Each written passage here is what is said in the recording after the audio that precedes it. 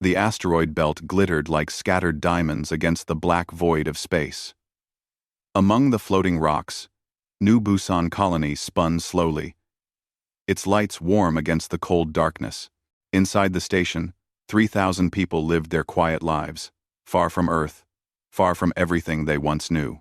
Captain Daewon stood in the security center, watching the screens that showed every corner of the colony.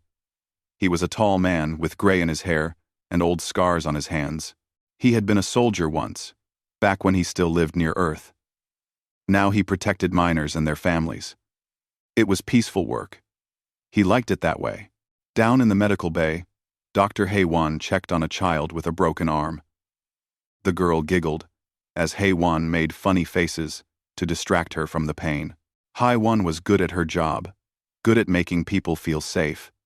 Her own 2 children were in school right now, learning about planets they would never visit. She planned to take them to the observation deck later to watch the stars. In the communications room, young Tae-min sat at his console, humming quietly to himself. He was 22 and still excited about every little thing. Every signal, every message, every blip on his screen was fascinating. The older workers teased him about it, but they liked his energy. It made the long shifts pass faster. Engineer Ji-woo was deep in the maintenance tunnels, fixing a coolant leak. She was covered in grease and swearing softly at the stubborn pipes. This was the 4th leak this month.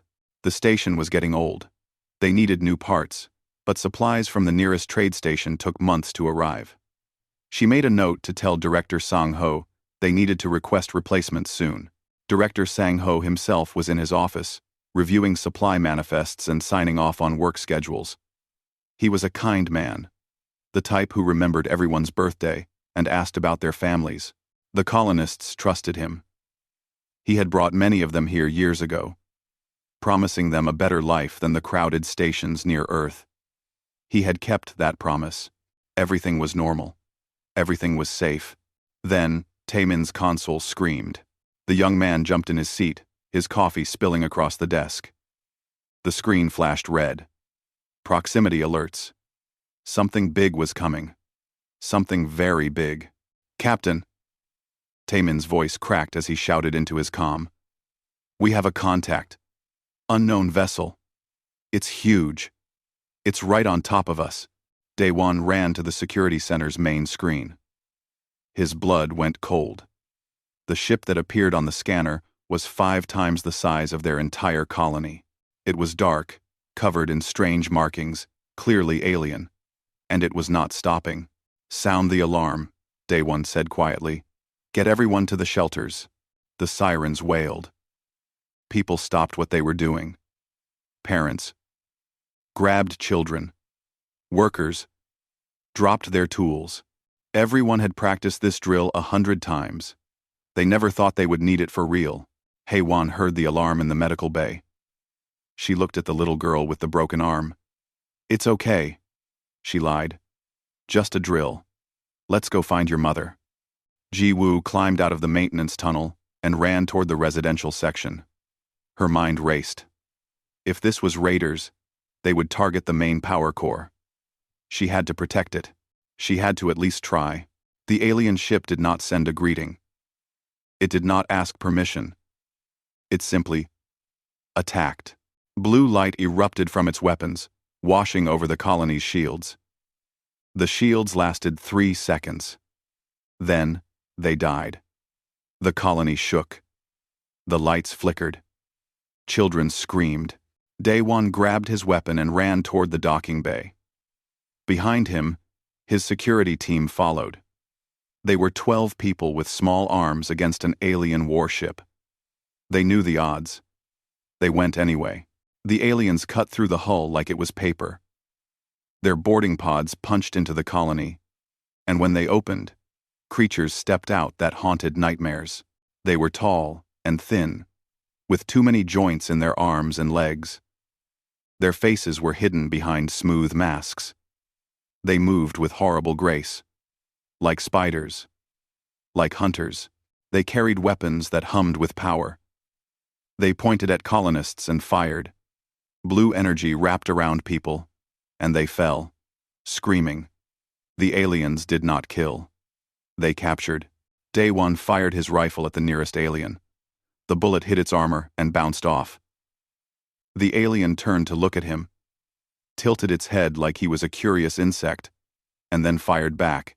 The blue energy caught Day One and slammed him into the wall. Pain exploded through his body. He could not move. He could only watch as his team was taken down one by one. In the residential section, Sang-ho was trying to get families into the emergency shelters. An alien appeared at the end of the corridor. It raised its weapon. Sang-ho spread his arms wide, standing between the creature and a group of children. "Run," he shouted. The alien fired. Sang-ho fell. The children ran, crying. Some made it to the shelters. Some did not. Hae-won was separated from the little girl with the broken arm.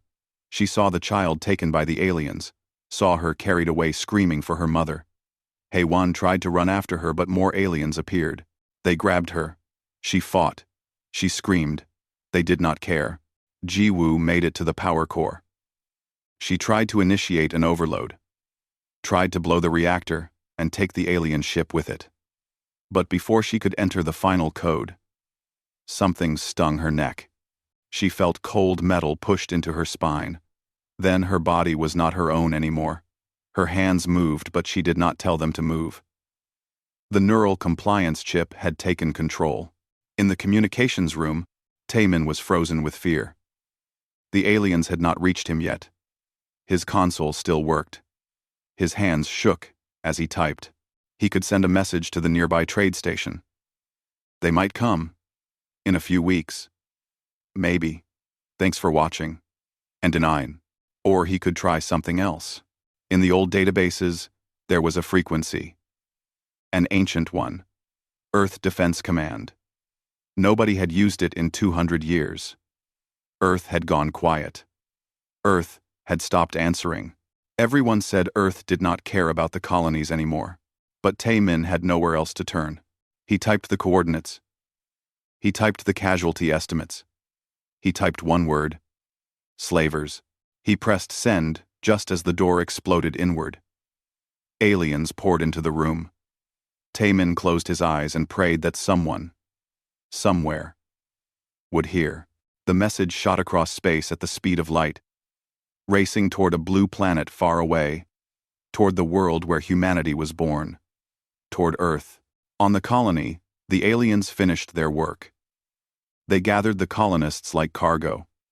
They branded them with neural chips. They loaded them onto their ship, 3,000 people, crying, bleeding, terrified.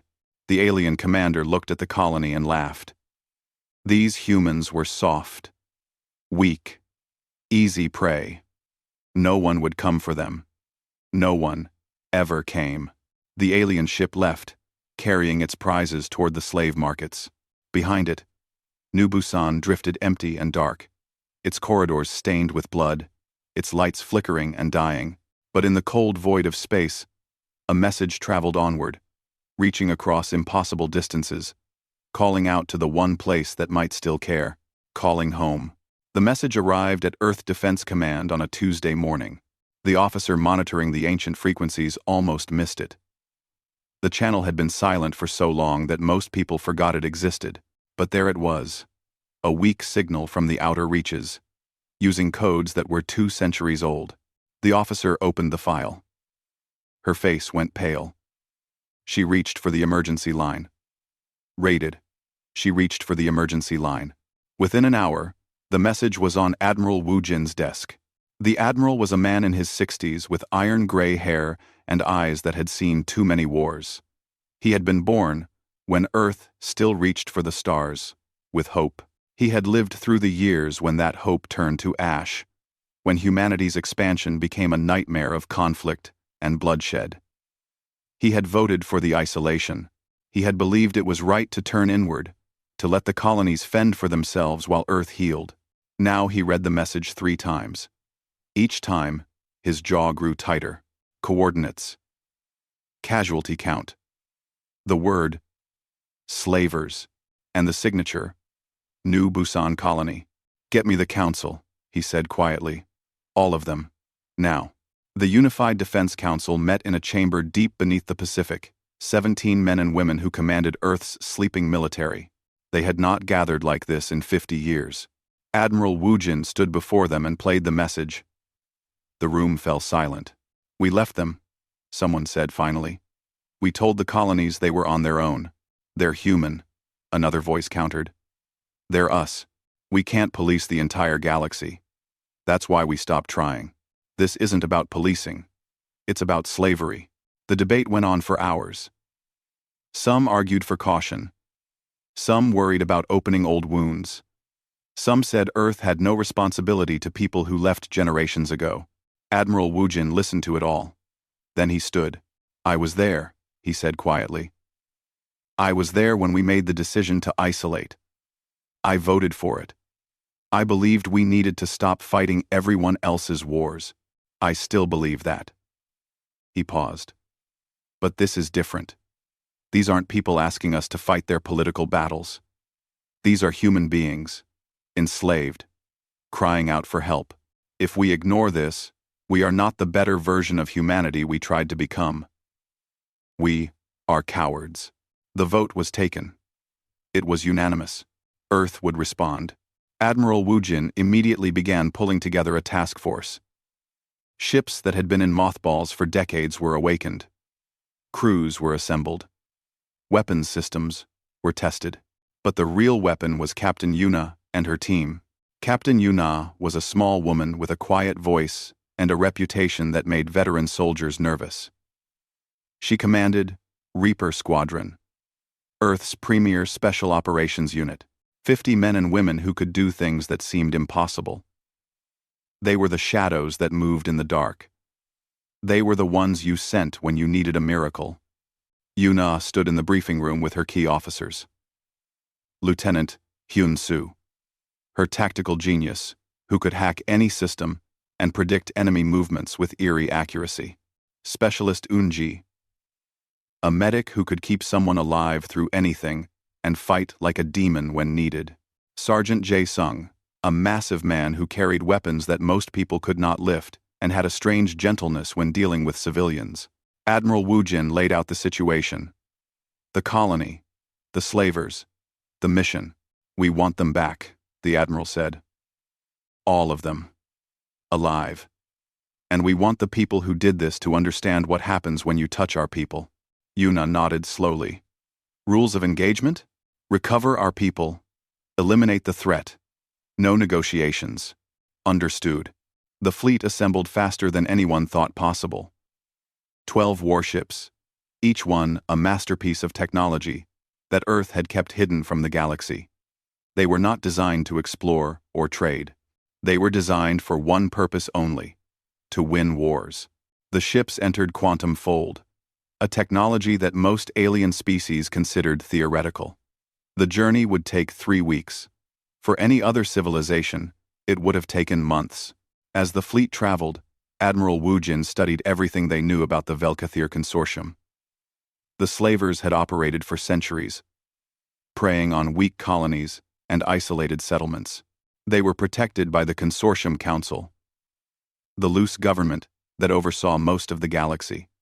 The council tolerated them because the slavers had money and influence.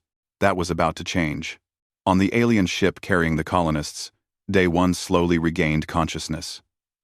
His body ached. The neural chip in his spine itched. But he could move.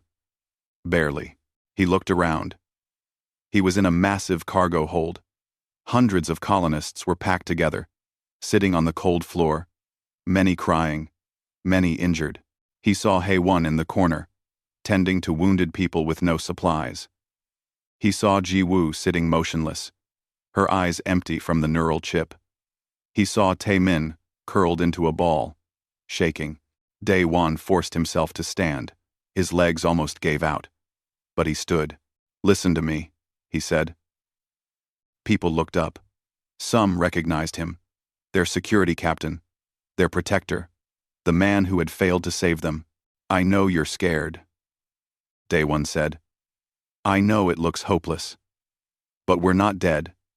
As long as we're breathing, we can fight. We can survive. Fight with what? Someone sobbed. They have weapons. They have ships. We have nothing. We have each other, Day One said. No one is coming for us, another voice said. Earth doesn't care. The colonies are alone.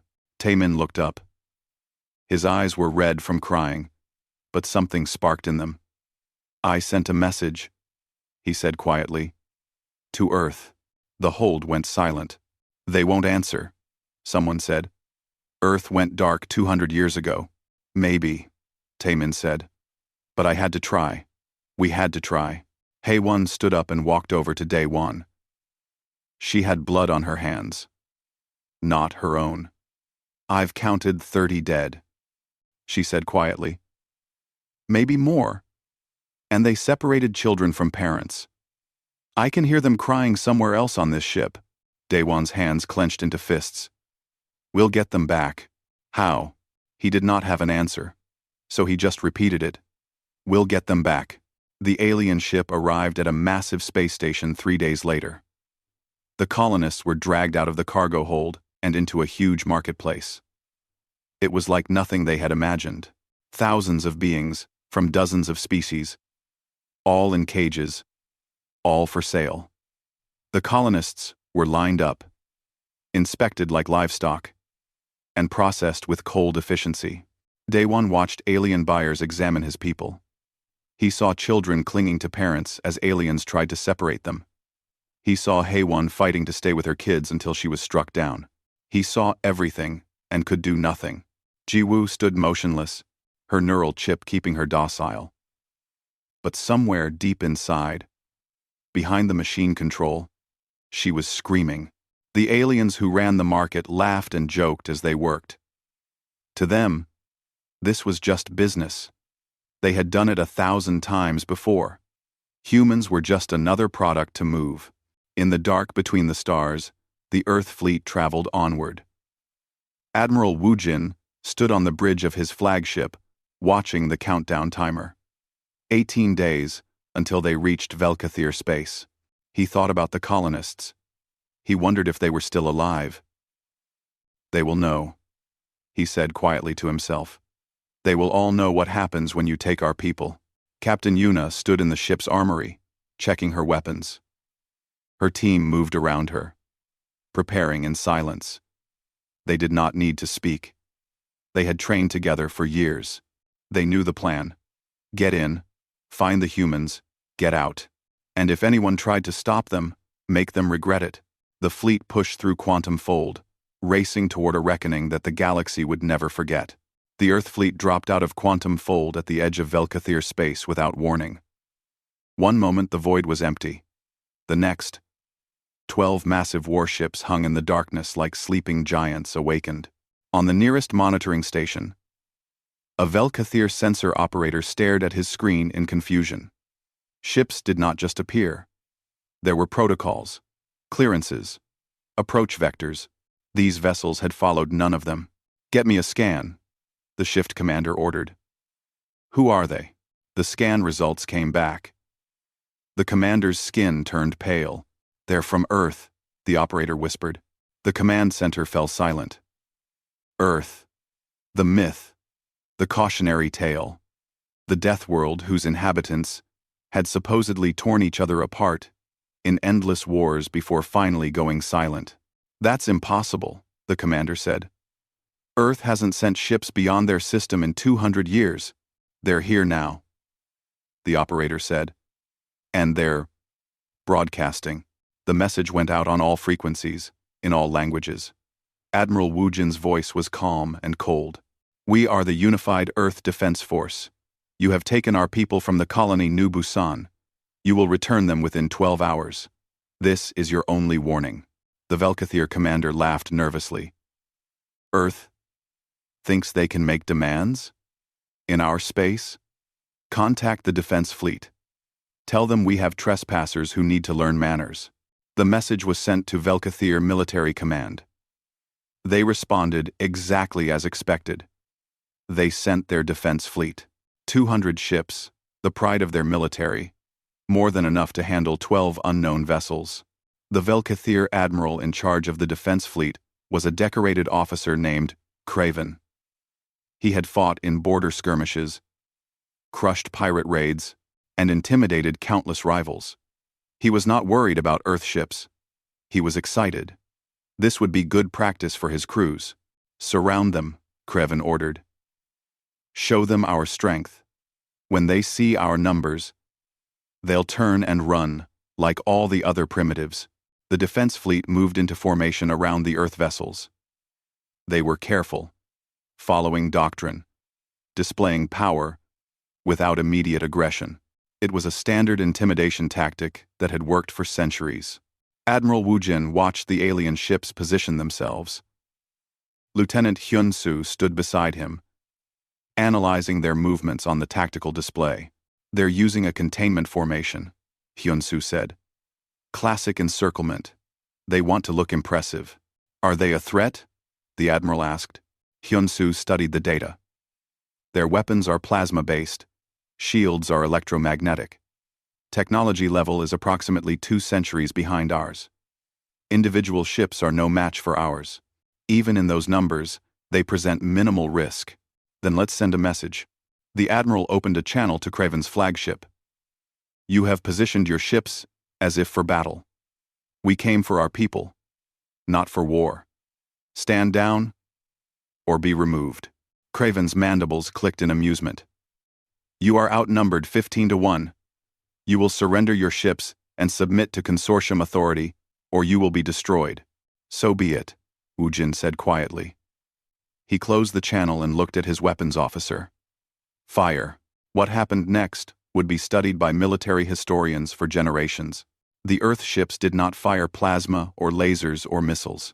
They fired weapons that bent space itself, that reached out and crushed matter at the molecular level, that moved faster than the aliens' sensors could track.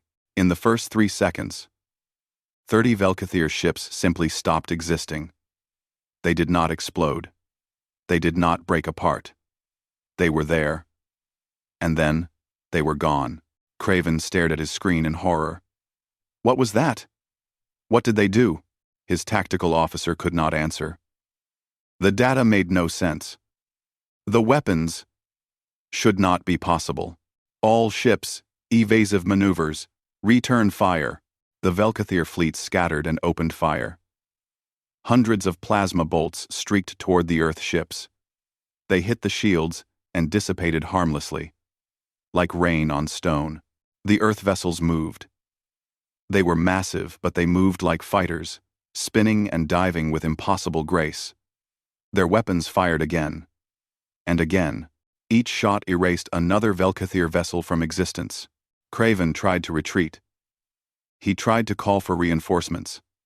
He tried to surrender. It did not matter. In 17 minutes, his entire fleet was destroyed. 200 ships, reduced to debris and silence. The Earth fleet did not lose a single ship. They did not take damage. They simply executed the threat and waited. Admiral Wu Jin broadcast again. That was your defense fleet. You now have 6 hours to return our people. If you do not comply, we will come take them ourselves. Across Velkathir space, panic spread. The Consortium Council convened in emergency session. Representatives from a dozen species shouted at each other, demanding answers, demanding action. Earth cannot do this. One representative screeched. This is a violation of galactic law. This is unprovoked aggression. They gave a warning, another pointed out. We took their people. They want them back. So we negotiate. We return the humans and they leave. Crisis solved. But the Velkathir representative was shaking his head. We cannot appear weak. If we surrender to Earth's demands, every minor species will think they can challenge us. We must make a stand. We. The council argued for hours. Meanwhile, Lieutenant Hyun Soo was busy on the Earth flagship. He had hacked into the Velkathir communication networks within minutes of arriving in their space. Now he was sifting through their data, finding what he needed. Admiral, Hyun Soo said, I have the location of the human captives. They're being held at the primary slave market on Velkathir Prime. Their fortress world. Wu Jin nodded. Of course they are. They think we won't risk attacking their homeworld. It's heavily defended. Planetary shields, orbital weapons platforms, an entire garrison fleet. Can we break through? Hyun-soo smiled. It was not a kind smile. Yes, sir. On Velkathir Prime, Day 1 and the other colonists were being held in massive underground pens. The conditions were terrible. Overcrowded, filthy, barely any food or water. But they were alive. Day 1 had organized the colonists into groups. He made sure everyone had someone to look after them. He kept people from giving up hope. It was all he could do. Hae-won was treating the injured as best she could with no supplies. She had found her children. Thank God. They clung to her, terrified. She held them and whispered lies about how everything would be okay. Taemin sat with a group of young people, all of them trying to stay brave. Maybe the message got through, he said. Maybe Earth is coming. Earth abandoned us, someone replied. Even if they got the message, they don't care. Above them, in the Fortress Command Center, the Velkathir military leadership was receiving reports about the destroyed defense fleet. They could not believe it. 200 ships. Gone. The humans had done that. 12 ships had destroyed 200. Move the prisoners deeper into the fortress, the commander ordered. Let Earth know that if they attack this world, they'll kill their own people in the process. Humans care about civilians. They won't risk it. The order was carried out. The colonists were moved to the lowest levels of the fortress, surrounded by the alien military. Human shields. Admiral Wu Jin received the intelligence from Lieutenant Hyun-soo. His expression did not change. They're using our people as shields. Yes, sir. They think that will stop us. It's a logical assumption, sir. Most species would hesitate to risk civilian casualties. The Admiral looked at Captain Yuna, who had joined them on the bridge. Can your team extract them? Yuna studied the fortress layout on the display. It's a hard target. But yes, we can get them out. How long will you need? Give us 6 hours inside. We'll bring them home. Wu Jin nodded. You have 12 hours. After that, if you're not out, I'm leveling the fortress. Anyway, Yuna smiled. Understood, sir. We'll be quick. As Reaper Squadron prepared for deployment, the Consortium Council sent a final message to Earth. It was full of threats. Warnings about galactic law. Promises of retaliation if Earth did not withdraw. Admiral Wu Jin read it and deleted it. Send a message to the Council, he told his communications officer. Tell them Earth recognizes no authority above itself. Tell them we are not part of their galactic community. Tell them their laws do not apply to us. And tell them that if they interfere, they will learn why every predator on our world learned to fear humans. The message was sent. The Council received it in stunned silence. On Velkathir Prime, the colonists did not know that help was coming. They sat in the darkness, hungry and scared, holding on to each other. But in orbit above them, invisible to all sensors, Reaper Squadron's insertion craft were already descending toward the fortress. The rescue was beginning. The insertion craft were invisible. Not because of cloaking technology or stealth fields, but because they existed slightly out of phase with normal space. It was technology the aliens did not have, could not detect, could barely comprehend if they saw it. 50 operators from Reaper Squadron descended toward Velkathir Prime in complete silence. Captain Yuna sat in the lead craft, her eyes closed, breathing slowly. Around her, her team checked weapons and equipment with practiced efficiency. 2 minutes to touchdown, the pilot said quietly. Yuna opened her eyes. Final equipment check. Hyun-soo, you're on systems. Yoonji, medical priority is finding the injured. Jae-sung, you know what to do if we meet resistance. The big sergeant nodded. He was holding a weapon that looked like it could punch holes through starships. Knowing Jae-sung, it probably could. The The craft landed on the fortress roof without a sound. The team poured out, moving like shadows. They split into predetermined groups. Yuna led the main force toward the lower levels. Lieutenant Hyun-soo broke off with his technical team to access the fortress computers. Sergeant Jae-sung took a squad to secure the perimeter. Inside the fortress, guards patrolled the corridors, unaware that death had entered their home. They were trained soldiers, confident in their fortress, certain that no one could penetrate their defenses. They were wrong. Yuna's team moved through the corridors like smoke. When they encountered guards, those guards did not get to raise an alarm. They did not get to fire their weapons. They simply fell, quickly and quietly, and the humans moved on. Hyun-soo reached a computer access terminal.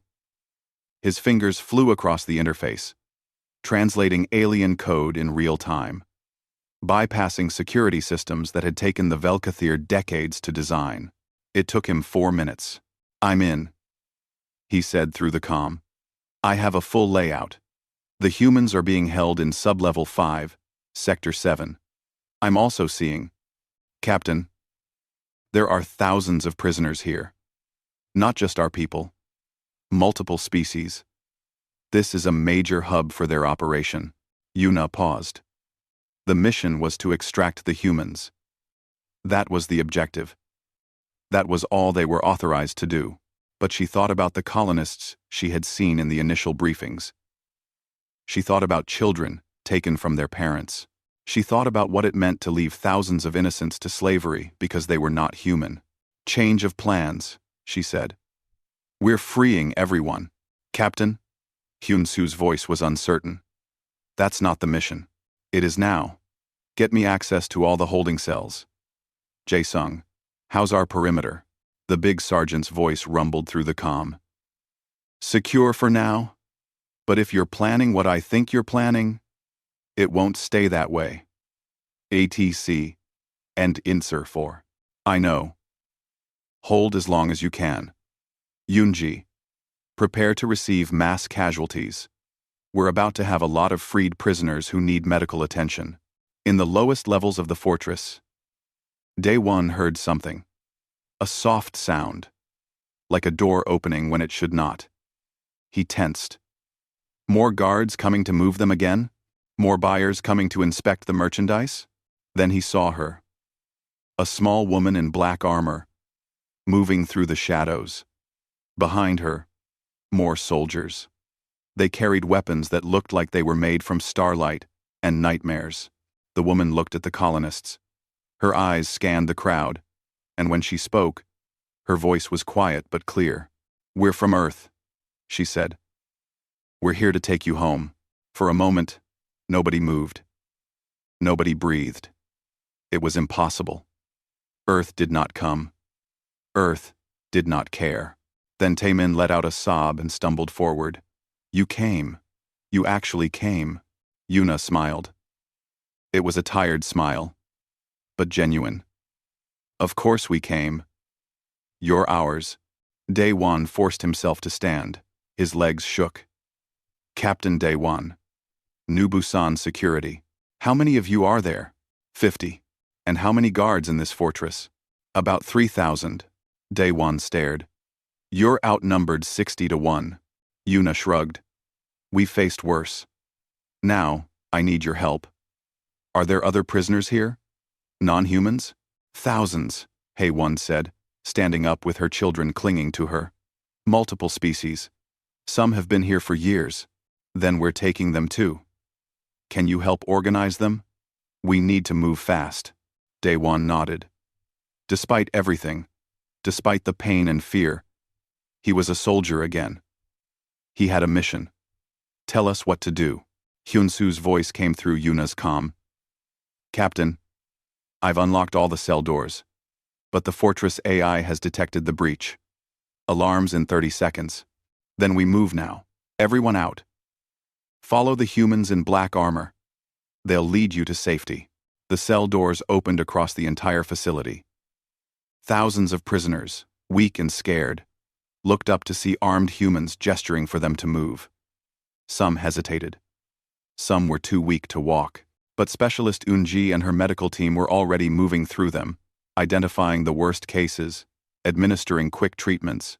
Those who can walk, help those who can't, Unji ordered. We're not leaving anyone behind. The alarms began to wail. Throughout the fortress, Velkathir guards rushed to respond. That was their mistake. Sergeant Jae Sung appeared from a side corridor with his heavy weapon. The roar of his gun drowned out the alarms. Velkathir guards were thrown backward, their armor useless against earth weapons. "Keep moving!" Yuna shouted to the prisoners. "Don't stop! Head for the exits!" The fortress descended into chaos. Guards tried to organize, tried to set up defensive positions, but they were fighting an enemy they could not predict. The humans moved too fast, struck too hard, and seemed to be everywhere at once. Day One found himself fighting alongside Reaper Squadron. Someone handed him a weapon. He did not ask where it came from. He just used it. Beside him, Jiwoo had somehow broken free of her neural chip's control and was fighting with savage fury. Tae-min was helping elderly prisoners walk, his fear forgotten in the rush of action. Hae-won stayed with Unji, helping treat the injured as they fled. Her medical training was Earth standard, and Unji quickly put her to work. Together they saved lives even as the battle raged around them. In the fortress command center, the Velkathir commander watched his facility fall apart. "How is this happening? How are 50 soldiers defeating my entire garrison?" No one had an answer. The reports kept coming in. Guards killed, prisoners freed, entire sections of the fortress lost. And through it all, the humans moved like a plague, unstoppable, relentless. "Contact the fleet," the commander ordered. "Tell them to fire on the fortress. Kill everyone inside, if we have to. We cannot let this succeed." But when they tried to contact the orbital fleet, there was no answer. Because Admiral Woojin had already moved. The Earth warships had systematically destroyed every Velkathir vessel in orbit. The fortress was alone. Hyun-soo hacked into the fortress communication system and broadcast a message to every screen and speaker in the building. It was Admiral Woojin's voice, cold and final. "To the Velkathir leadership, you used our people as shields. You thought that would protect you. You were wrong. You have one chance to survive this. Surrender now, or my ships will reduce your fortress to dust with you inside it. You have 5 minutes to decide." The commander looked at his tactical display. More than half his guards were dead or incapacitated. The prisoners were escaping. Earth soldiers were everywhere. And Earth warships controlled the orbital space. He had no choice. "We surrender," he said quietly. Yuna received the message. "All Reaper units. Enemy has surrendered. Secure all remaining guards. Maintain prisoner evacuation." The fighting stopped. Velkathir guards dropped their weapons, knowing they were beaten. The humans did not kill them. They simply restrained them and continued evacuating the prisoners. It took 3 more hours to get everyone out. Thousands of beings, many barely able to walk, were loaded onto Earth transport ships. Medical teams worked frantically. Day One helped organize the colonists from New Busan, making sure every single person was accounted for. Hae-won found her children among the evacuees, held them close, and wept. Tae-min sat down and could not stop shaking. The adrenaline was wearing off, and he was realizing they had actually survived. Ji-woo stood on the transport ship, looking back at the fortress. She thought about Director Sang-ho, who had died protecting children. She thought about all the people who had not survived to see this moment. And she promised herself she would remember them. Captain Yuna was the last to leave the fortress. She stood in the empty holding area where the colonists had been kept. She looked at the chains, the filth, the evidence of suffering. "Burn it," she said into her comm. "Burn it all." Admiral Woojin gave the order. The Earth warships opened fire. The fortress, which had stood for centuries, which had processed millions of slaves, which had been considered impregnable, was erased from existence in minutes. But the work was not done. Admiral Wu Jin had made a promise. The slavers would understand what happened when you took human beings, and he intended to keep that promise. Plot courses for every Velkathir slave market in this sector, he ordered. We're going hunting. Money. Over the next 48 hours, the galaxy watched in horror as Earth systematically dismantled the Velkathir slave operation. Every market was hit. Every auction house was destroyed. Every facility that bought, sold, or transported slaves was burned to ash. The Earth fleet moved with surgical precision, guided by Lieutenant Hyunsu's intelligence work. He had hacked every database, traced every transaction, and now Admiral Wu Jin had a complete map of the entire operation. The Velkathir tried to fight back. They called in favors, hired mercenaries, begged the Consortium Council for intervention. Nothing helped. The mercenaries took one look at Earth's warships and fled. The Council sent strongly worded messages that Earth ignored completely.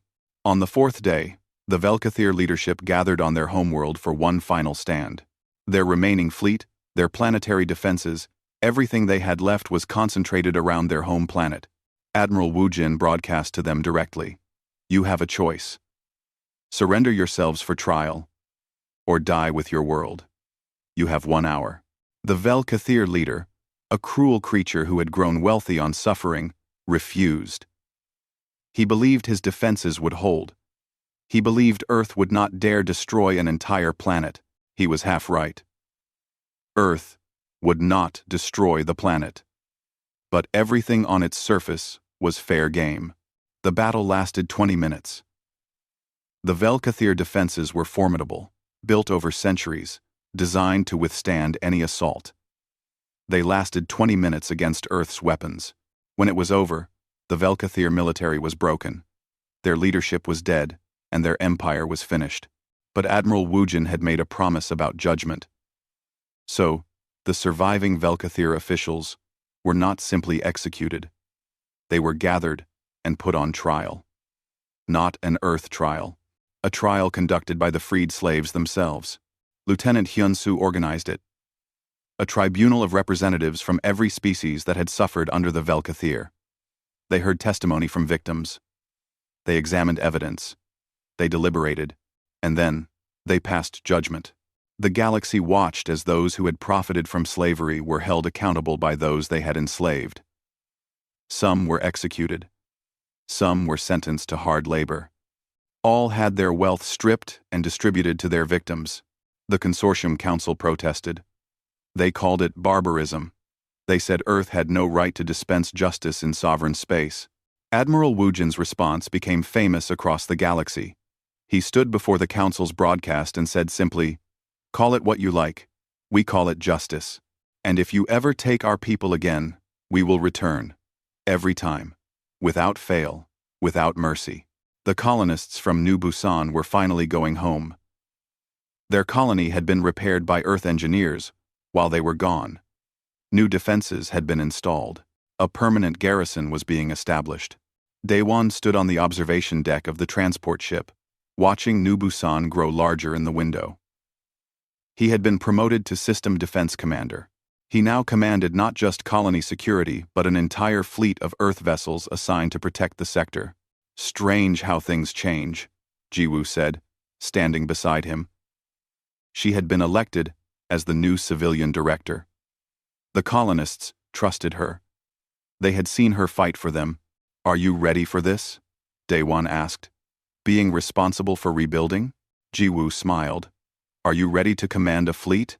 "No. But we'll figure it out." In the medical bay, Dr. Haewon was examining the last of the freed slaves who needed treatment. Many would recover. Some had injuries that would never fully heal. But they were alive. And they were free. And that was something. Her children ran in, excited to show her something they had drawn. A picture of Earth ships, bright against the stars. Heroes, they called them. Haewon hugged her kids and thought about Director Sang-ho, who had died so children like hers could live. She would make sure his sacrifice was remembered. Tae-min had a new job. He was now the liaison between Earth and the outer colonies. His message had saved them all, and now he would be the bridge between the homeworld and those who had left it long ago. "I still can't believe they came," he said to Yuna, who was preparing to return to Earth with Reaper Squadron. "After 200 years of silence, they came." "You're human," Yuna said simply. That was always going to be enough. The freed slaves from other species were facing a choice. Many wanted to return to their homeworlds. Earth provided transportation, asking nothing in return. But some had no homes to return to. Their planets were gone, or occupied. Or they had been slaves for so long they did not remember where they came from. Earth offered them sanctuary. Dozens of species accepted. They settled in human space, protected by Earth's military, given a chance to rebuild their lives. The galaxy did not know what to make of it. Earth had returned, not as explorers or traders, but as warriors and protectors. They made no demands for territory. They asked for no tribute. They simply stated that any human colony that requested protection would receive it, and any species seeking refuge would be granted it. Admiral Wu Jin addressed the Consortium Council one final time. The chamber was packed with representatives from hundreds of species, all watching nervously. "For 200 years, we left you alone," the Admiral said. "We hoped you would build something better than what we had left behind. We hoped you would learn from our mistakes. Instead, we find slavery, exploitation, systems built on suffering." He paused, letting his words sink in. "We will not conquer you. We will not impose our will on your governments. But we will no longer ignore the cries of those who suffer. Any colony, any species, any being that calls to Earth for protection will receive it.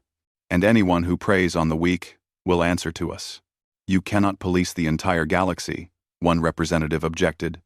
"Who gave you that authority?" Admiral Wu Jin's smile was cold. "We did. We are Earth. We came from a world that tried to kill us every day of our existence. We survived by becoming the deadliest species on our planet. We left to escape our violent nature. But if you threaten our people, if you enslave the innocent, you will remember why every predator on our world learned to fear us." He leaned forward.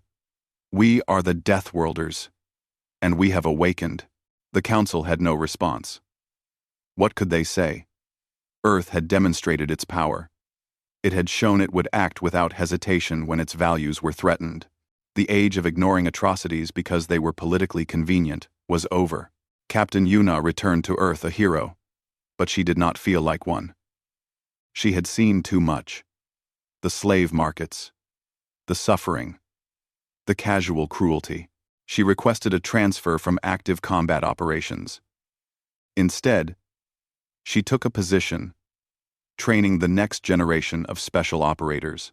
"Someone has to teach them," she told Admiral Wu Jin. "Someone has to make sure Earth never sleeps again." "One. If you were son." Admiral Wu. Specialist Yunji did not return to Earth. She stayed in the outer colonies, helping rehabilitate freed slaves. She opened a medical center on New Busan, treating beings from a dozen species. Haewon worked with her, and together they saved lives and gave hope. Sergeant Jae Sung retired from the military. He tried to return to civilian life, but he found it difficult. The things he had seen, the things he had done, they stayed with him. Eventually, he returned to the colonies and became a security consultant, training local forces how to defend themselves. 5 years passed. New Busan had grown. The colony was prosperous again, protected by Earth's military presence. Tae Min stood on the same observation deck where he had once sent his desperate message, watching Earth patrol ships pass by on their regular routes. His children played nearby. They had been born after the rescue, never knowing the fear their parents had lived through. They grew up in a galaxy where Earth protected humanity, where calling for help meant someone would come. Daewon had become a legend in the outer colonies, the security captain who had kept his people alive against impossible odds. He rarely talked about those days, but he made sure every security officer in the sector knew the protocols, knew how to evacuate, knew how to protect civilians. Jiwoo had rebuilt New Busan into a model colony. Other settlements looked to them as an example. She worked with Earth authorities to establish trade routes, defense agreements, and mutual aid pacts. The colonies were no longer alone. Haewon's children were teenagers now. They wanted to be doctors like their mother. They wanted to help people. She thought about how close she had come to losing them. And she made sure they understood the value of compassion, of standing up for those who could not stand up for themselves. Across the galaxy, things had changed. Slavery still existed, but it had moved into the shadows. The slavers who remained operated in secret, terrified of drawing Earth's attention. Several species had abolished slavery entirely, not out of moral awakening but out of fear that Earth would come for them next. The Consortium Council had reformed itself, adopting stricter laws against slavery and exploitation, not because they wanted to, but because Earth had shown them the alternative. Better to police themselves than have Earth do it for them. And on Earth itself, in the Defense Command headquarters, Admiral Wu Jin looked at the star charts. So many colonies, so many people, all of them under Earth's protection now. It was a heavy responsibility. But it was the right one. His assistant brought him a message. Another colony, this one on the far edge of explored space, was reporting raiders. They were asking for help. Admiral Wu Jin smiled. Send Captain Yuna's replacement. Tell them we're on our way. Because that was what Earth did now. When their people called, they answered. Every time. Without fail. The Deathworlders were awake. On New Busan, Taemin's children asked him about the stars. They wanted to know about Earth. About the homeworld they had never seen. Tell us about when Earth came, they asked. Tell us about the day you sent the message. Taemin smiled and picked up the youngest. He looked out at the stars, at the patrol ships keeping watch, at the peaceful colony that had once been a scene of horror. I'll tell you, he said. I'll tell you about the day I learned that no matter how far we go, no matter how alone we feel, Earth will always come when we call. I'll tell you about the day the Deathworlders woke up. And he did. He told them the story of hope and rescue, the story of judgment and justice, the story of how a simple message, sent in desperation, changed the galaxy forever. The story of the SOS that awoke the Deathworlders.